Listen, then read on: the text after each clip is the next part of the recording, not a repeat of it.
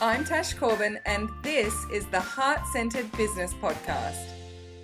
Hello, everyone. Welcome to another spotlight episode of the Heart-Centered Business Podcast.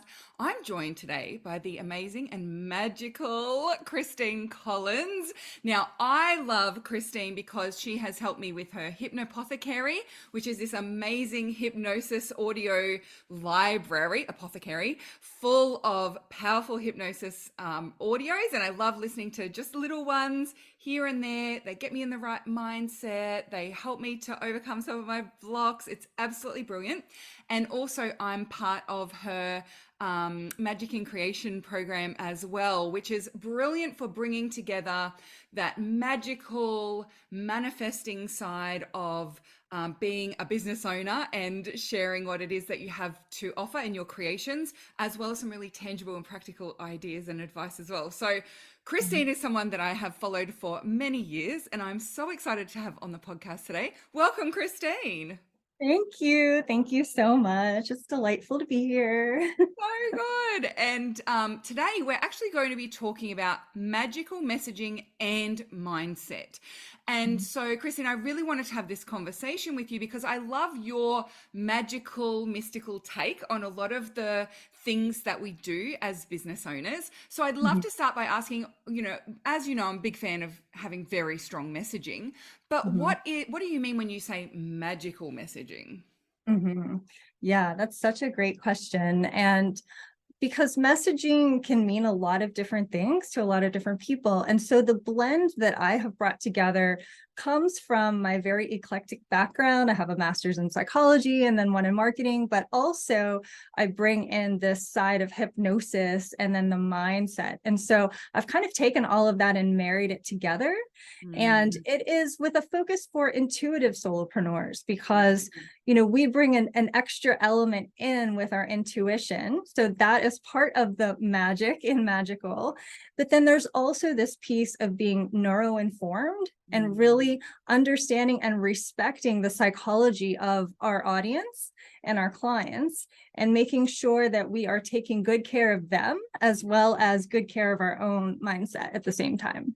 That is so beautiful. And so we're just seeing this coming together of what have been sort of traditionally quite stale, I would say, things in the marketing space. And also, I loved what you said about looking after our people as well, because there are some marketing strategies and messaging strategies that bypass people's consent. You've probably heard me talking about consent-based marketing. And so I love the integrity with which you talk about this messaging as well, and neuro-informed marketing and messaging. So Christine, I would say that messaging is like one area where most of my intuitive healers, those people who are in that model of business or that niche of business, that's probably where they really struggle the most, because they want to talk about big picture things like intuition and direction and confidence,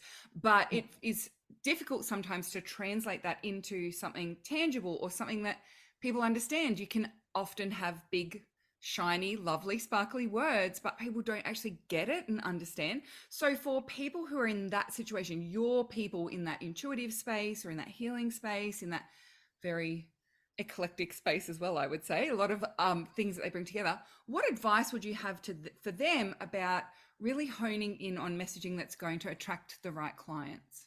Yeah, definitely. I agree. And I love this question because it's so important. I think that we can get lost in the abstract sometimes, especially if our minds work that way. And we can also get lost in the terminology, if you're a practitioner in a particular space. So I think that it comes down to making the messaging very tangible and connecting it into her lived experience. So it's not about a term, it's about what's happening in her everyday life. What is she feeling? What is she seeing? What happens from the time she wakes up in the morning and goes into her day? Where does that show up for her? And then speaking to it as tangibly as you possibly can telling that story of her life back to her so that it's resonating for her. And really, the more clear details you can use, the sights, the sounds, the taste, the smells, the sensory details, and the emotional elements that kind of tie it all together, it brings it to life. And then that person who is that niched aligned client is seeing this and going, oh my gosh, this sounds just like me. Yeah. This is what I'm living with. This is my experience. And then they know that you know that they know. And it creates a beautiful connection between you and that perfect client. Yeah, I love that so much. There's something powerful about having someone like say to you, like, I get it. I've been through this as well, or I get it. I see you. And that sense of feeling seen and feeling understood is so powerful when we're scrolling through a very noisy internet and very noisy social media to see your lived experience reflected back at you. I really love that. And I 100% agree with that. And so something that you just touched on there that I want to narrow in on was that niched perfect client. So I know there are lots and lots of different ways to niche. And I have my own little model of niching, but I love hearing about all the different models of niching because I think they all do a very important job. So do you want to tell us, like, what's your take on niching and your approach? Because that can be a really tough one as well in the magical space or in the healing space, in the esoteric space, because tapping helps everyone. Hypnosis could help anyone. So Right. what's your take on niching and how we should be, maybe looking at that a little closer? Yeah, and you're right. There are so many ways to niche. And I think there's like certain traditional ways that people think of when they hear that word. So when I talk about niching, I have kind of two focus areas, and that is niching to her desire. So understanding what is the thing that she's wanting in her life or something that's missing, and then also niching to that lived experience. So what is it that's happening for her day in and day out that takes us right into the tangible elements? So it's not this, abstract, hard to digest understanding. It's something very, very clear and specific that's going on with her. And when we know those two things, we know who we're talking to, and we know what it is that she's wanting, and we know what it is that she's experiencing. And with those pieces, it makes it a lot easier to create a message that's actually going to captivate her and connect with her and draw her in. Yeah, that is so great. And I mean, it's so aligned. I mean, it's looking at it through a slightly different lens, but I love that because sometimes I know that the way that I talk niching is very marketing speak, right? And some people get quite blocked around that, whereas this I find is very accessible. Just get clear. What does your ideal client want? What is your ideal client's lived experience, right? And who are they? So it's a really powerful and effective way to be able to look at it through a slightly different lens. And maybe that will open something up for you where you can see, oh, if I focus specifically on this goal, then and this desire, then I'm able to speak far more specifically about what's in the way of that desire. And so that's where magical messaging happens for me, is when all of a sudden you create that sense of, oh, you've been peeking in my windows, because that's exactly what I said to my sister yesterday, right? Or whatever it might be. It's that sense of, me. And so that creates that understanding of, well, and then you'll be able to help me. So yeah, that's absolutely brilliant. Okay, so there's a little bridge between the magical messaging and the magical mindset. And that is, I find that some people really struggle to talk about the outcome of what they do, or the big promise, right? It used to be used, it's talked in marketing as the big promise, which of course makes people run for the hills because, like, I can't promise anything, I can't guarantee anything. So do you see this as well, where people really struggle to like stand up for their services or speak strongly in their messaging about, hey, this is amazing and it will help you? Do you see people really struggle with that? Yeah, absolutely. And I think that is where the mindset piece kind of comes into the picture.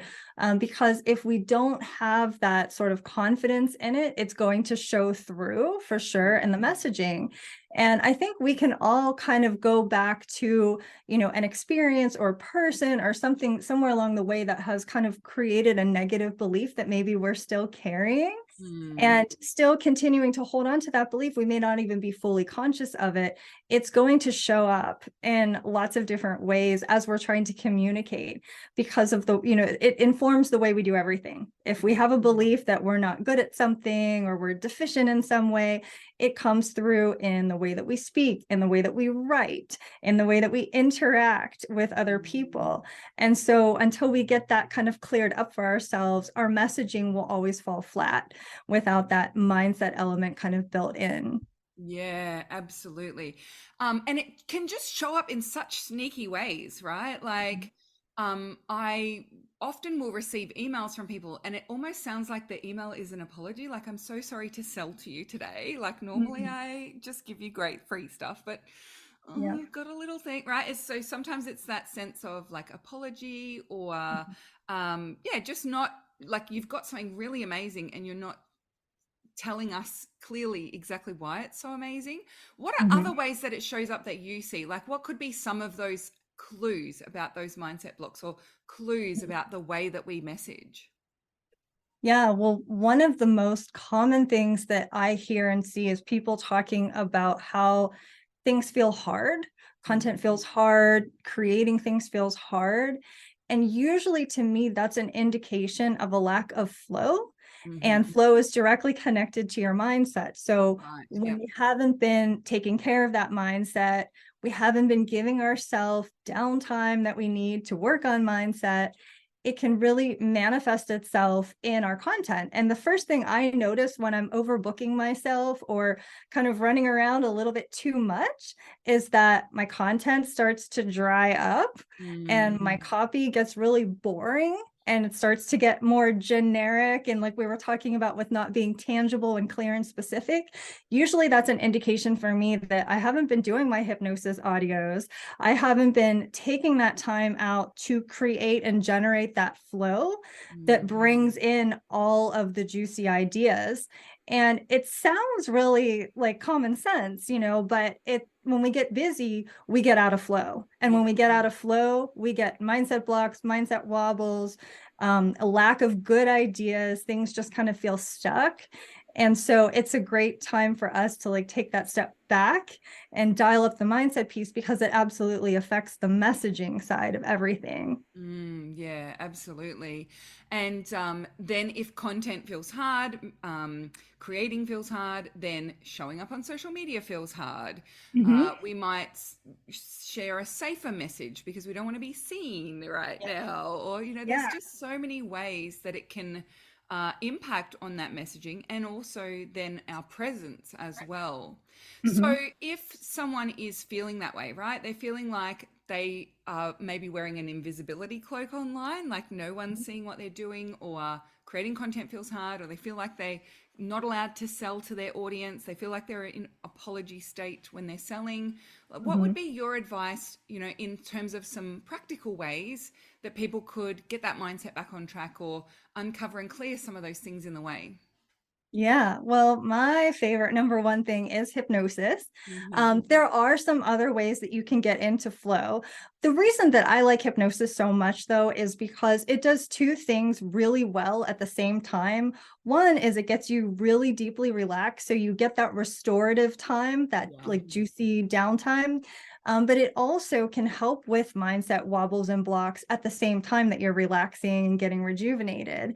And it gets you into that flow state, that alpha brainwave flow state, where you can kind of be more creative, more productive. This can actually be measured on functional MRIs. Like it's not like some abstract, fluffy concept. Flow is very measurable. And what it does is it actually reduces frontal lobe activation of like self-consciousness and anxiety, Oh, wow. and actually helps you to shift into that state where you can generate ideas and have that little dose of confidence. We actually get a little dopaminergic hit, like a little bit of a reward system activation. And so there's a lot of benefits there. But, it doesn't have to be hypnosis. There are other things that you can do to get into flow, into a state of like pleasure and relaxation. Take a walk, have a swim, get out into nature, do something that's really enjoyable, dancing, singing, do some art. Really, any of those things can help to kickstart your flow state. And all of that ties together with your mindset. It sounds like, oh, what? I just have to have fun. But it's actually like, it's not just that. Like, it sounds simple, but you're activating things in your brain that are going to contribute to your capacity to generate good content, because we have all the strategy, we do the niching, we do all the like mental, like figuring it out and the logical stuff. But if you don't have your flow, you don't have your mindset piece in place, all of that just kind of falls flat. Yeah, yeah. The I energy isn't there behind it, and the words are nice, but they're not infused with anything magical. Yeah, yeah. And I love that. And that's part of the reason why I love your hypnopothecary so much, because I feel like even just listening to 6 or 7 minutes, my shoulders are down, I'm breathing deeper, I can think more clearly. And those things generate better content. A lot of my content is spoken. And so, if people are doubting this, I even think about how you would show up on a Facebook Live if prior to that you were going through like your financial statements and you realize you've got an unexpected bill and you're going to have to come up with some extra money, this is going to happen, right? And you're in that frantic I need to fix something state, and then you show up on a Facebook Live to help people. Yeah, you can put your face on and you can turn up and speak to people, but that frenetic energy, it absolutely translates. Whereas if you show up on a Facebook Live and you've done a meditation and you're feeling really calm and grounded, that shows up in a different way.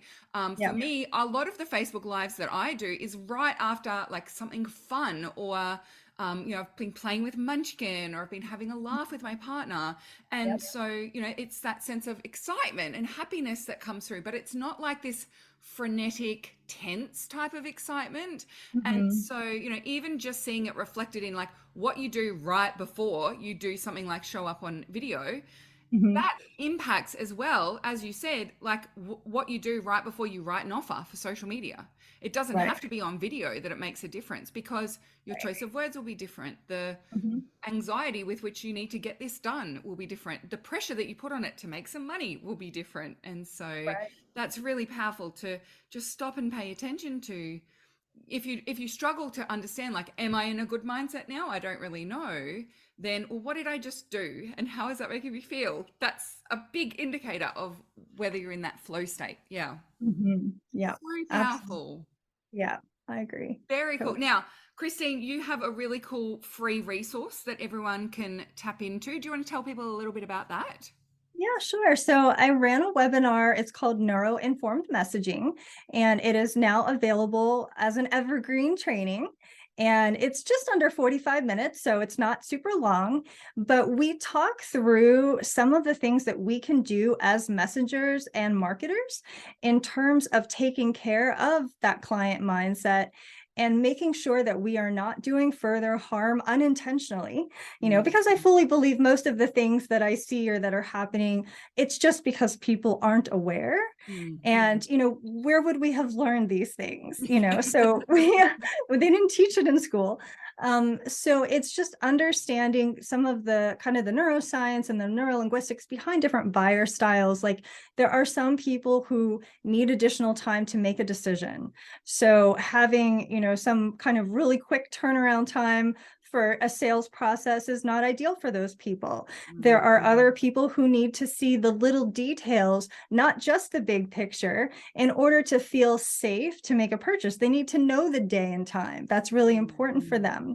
I know you've talked about like being able to consult with a partner or family member, and not being pressured or shamed for needing to speak to someone else about a purchasing decision.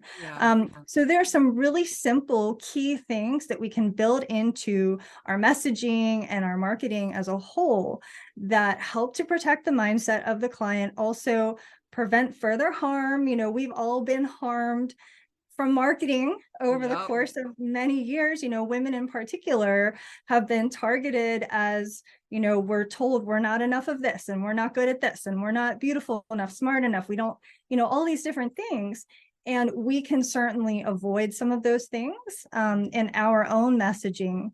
And the perk is that it makes our messaging more effective too.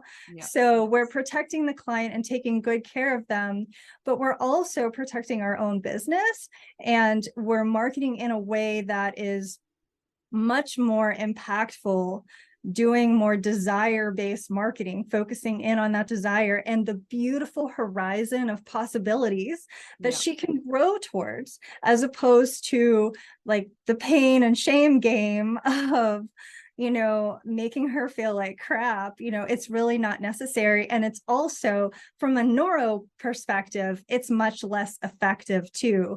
Plus it damages that relationship. So I think it can be very helpful in giving that little boost, you know, to your messaging and your marketing. I love that so much. So we'll pop the link to that free training with Christine in the show notes of today's episode. So make sure that you go and check those out.